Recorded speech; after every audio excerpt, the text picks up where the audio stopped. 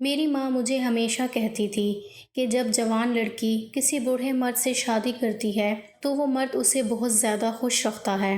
میں معصوم تھی، سمجھتی تھی کہ شاید وہ اس کی ہر ضرورت پوری کرتا ہے، اس کے لیے جوڑے اور زیور لے کر آتا ہے، اس لیے وہ لڑکی خوش رہتی تھی۔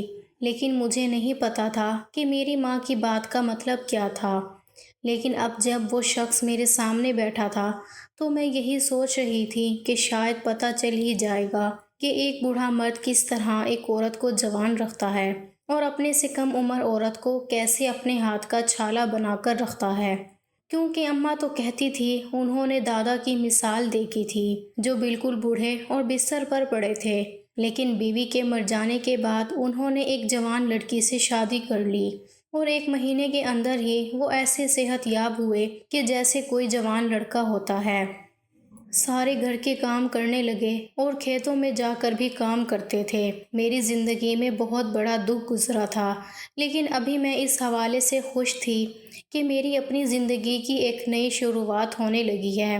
وہ شخص دیکھنے میں بالکل ہی میرے باپ کے کیا بلکہ دادا کی عمر کا لگتا تھا، لیکن جیسے ہی وہ کمرے میں داخل ہوا اور میرے سامنے آ کر بیٹھا، اس نے ایسی حرکت کی کہ میرے قدموں تلے سے زمین نکل گئی۔ اس نے میرا نام اریبہ ہے۔ میری ماں بہت زیادہ بیمار رہتی تھی۔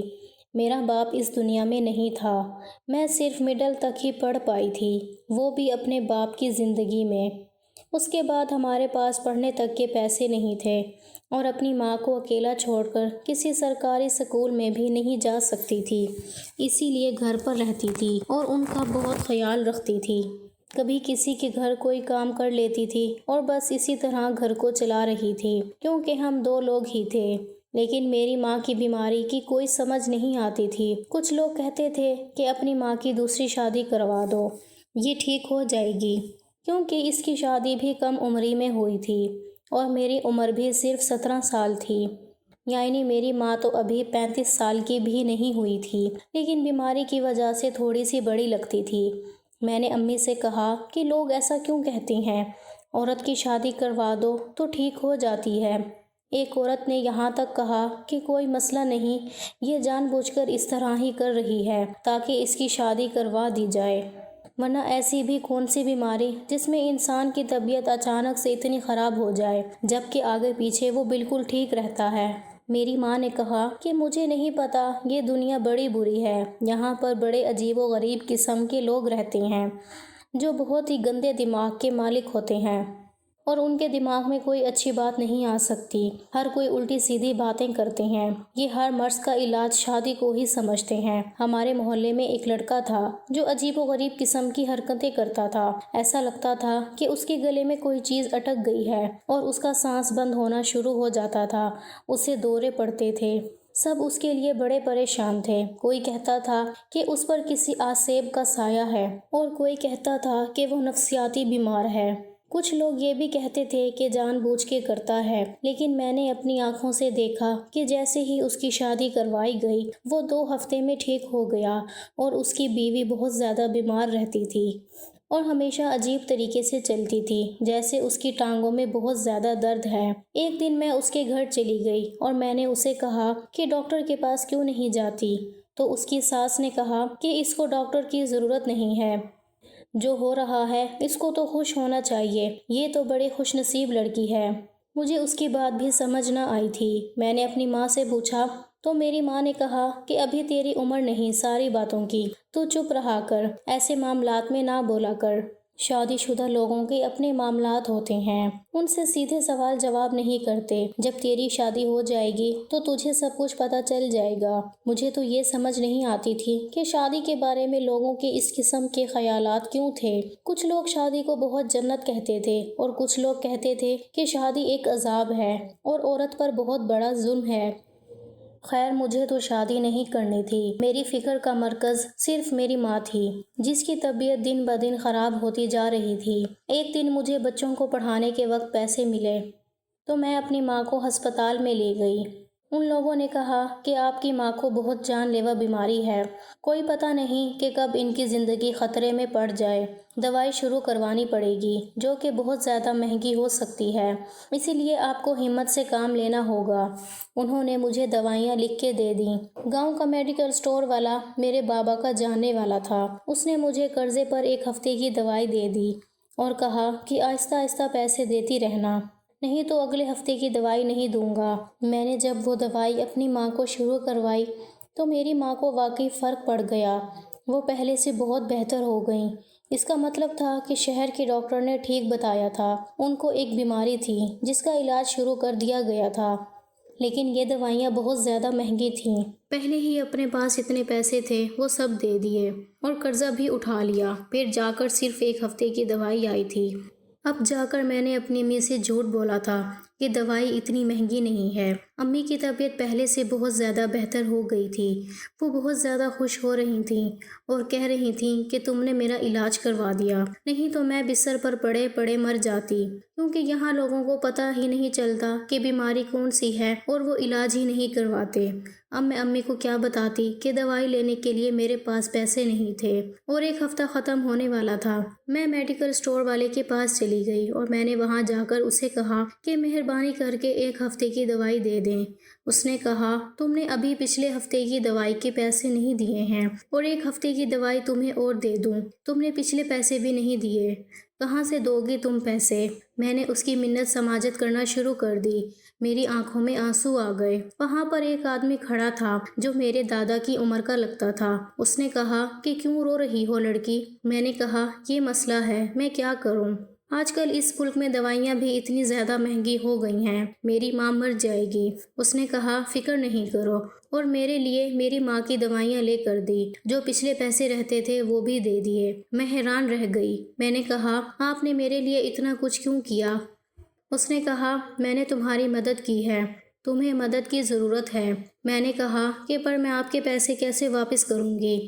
اس نے کہا اگر تم میری ایک بات مان لو تو تمہیں پیسے واپس کرنے کی ضرورت ہی نہیں پڑے گی۔ خیر ابھی تم گھر چلی جاؤ اور مجھے اپنے گھر کا پتہ ضرور بتا دینا۔ میں نے اسے اپنے گھر کا پتہ بتا دیا تھا۔ میں نے امی کو پہلے بھی بتایا تھا کہ یہ شخص بہت اچھا ہے، اس نے میری مدد کی ہے، لیکن میری ماں بالکل بھی خوش نظر نہیں آ رہی تھی۔ جب وہ چلا گیا تو مجھے میری ماں نے ایک عجیب سی بات بتائی۔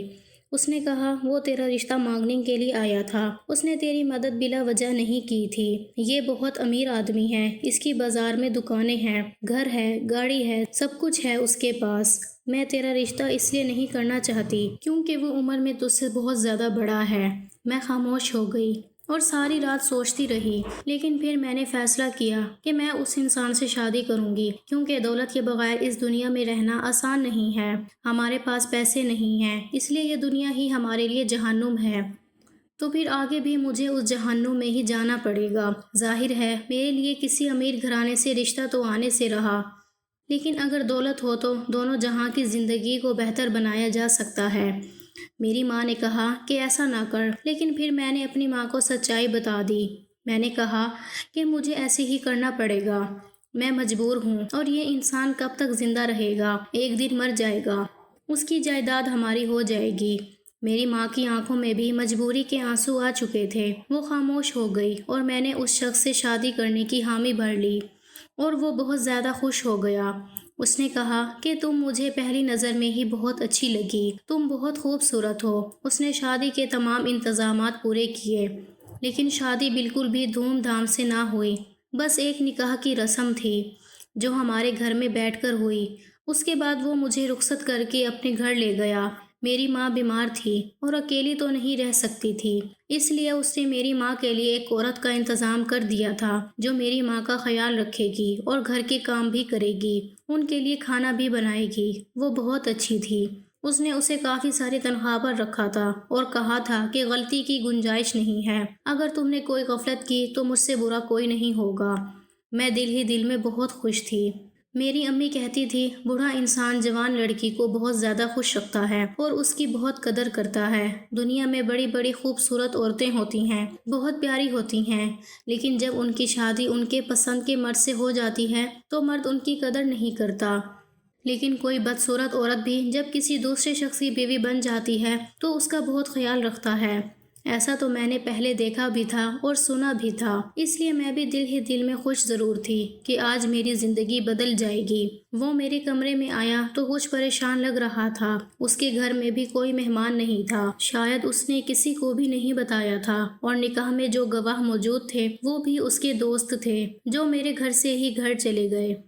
میں نے کہا کہ آپ پریشان لگ رہے ہیں، تو اس نے مجھے کہا کہ نہیں، پریشان نہیں ہوں، اور مجھے میری منہ دکھائی کا تحفہ دیا جو کہ ایک سونے کا سیٹ تھا اور اتنا بھاری کہ میں تو حیران رہ گئی۔ میں نے کہا اتنا مہنگا تحفہ دینے کی کیا ضرورت تھی؟ اس نے کہا کہ یہ تو تمہارے لیے ہے اور آج سے تم میرے لیے سب سے قیمتی ہو، پھر میں تمہیں دنیا کی سب سے قیمتی چیزیں لا کر دوں گا۔ میری خوشی کا ٹھکانہ نہیں تھا۔ میں نے کہا میری ماں کا بھی خیال رکھیں گے؟ اس نے کہا ہاں، تمہاری ماں کا بھی خیال رکھوں گا، تمہاری ماں بالکل ٹھیک ہو جائے گی۔ تمہیں پتہ ہے پہلے میں نے 3 عورتوں سے شادی کی ہے۔ میں نے کہا وہ عورتیں کہاں ہیں؟ تو اس نے کہا وہ میری زندگی میں نہیں ہیں، بلکہ وہ اس دنیا میں ہی نہیں ہیں۔ میں نے کہا کہ کیا ان کو بھی کوئی بیماری تھی؟ تو وہ اس بات پر ہنسنے لگا اور اس نے کہا کہ تمہیں کیا لگتا ہے لوگ صرف بیماری سے ہی مرتے ہیں؟ میں نے کہا کیا مطلب؟ اس نے کہا کبھی کبھی لوگوں کو ان کے کیے کی سزا بھی ملتی ہے۔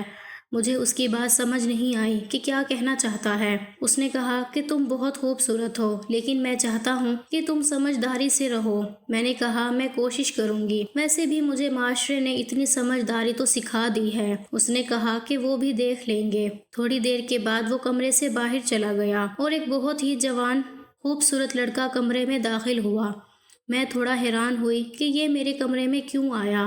اس نے آتے ہی مجھے بڑی عزت سے سلام کیا اور کہا کہ بھابھی میں آپ کا چھوٹا دیور ہوں، آپ بہت خوبصورت ہیں، بہت اچھی لگ رہی ہیں۔ میں بھی عزت سے پیش آنے لگی۔ میں نے کہا یہ تو اس گھر کا فرد ہے، میرے شوہر کا بھائی ہے، تو مجھے اس کے ساتھ عزت سے پیش آنا چاہیے۔ اگر میں نے کوئی بدتمیزی کی اور ٹھیک سے پیش نہیں آؤں گی تو وہ یہی کہے گا کہ تم نے میرے بھائی کے ساتھ اس طرح سے بات کیوں کی۔ وہ بیڈ کے دوسرے کنارے پر بیٹھ گیا اور اس نے کہا کہ میں بھی آپ کے لیے ایک تحفہ لے کر آیا ہوں، کیونکہ آپ میری اکلوتی بھابھی ہیں۔ وہ میرے لیے انگوٹھی لے کر آیا تھا۔ میں نے کہا بہت شکریہ۔ اس نے کہا کہ میں خود پہناؤں گا۔ میں نے تھوڑا حیران ہو کر اسے دیکھا تو اس نے کہا فکر نہیں کریں، بس انگوٹھی پہنا رہا ہوں۔ اس کے لہجے میں عجیب سا احساس تھا۔ میں نے اپنا ہاتھ اس کی طرف بڑھایا اور اس نے میرا ہاتھ پکڑا۔ اس نے کہا کہ آپ بہت زیادہ خوبصورت ہیں، آپ کے ہاتھ بھی بہت نرم و نازک ہیں، آپ کو میری تعریف کرنا برا تو نہیں لگ رہا ہے؟ میں نے کہا کہ نہیں، ایسی کوئی بات نہیں ہے، ویسے مجھے یہ سب کچھ بہت عجیب لگ رہا تھا اور مجھے ایسا لگ رہا تھا کہ یہ سب کچھ بہت غلط ہو رہا ہے۔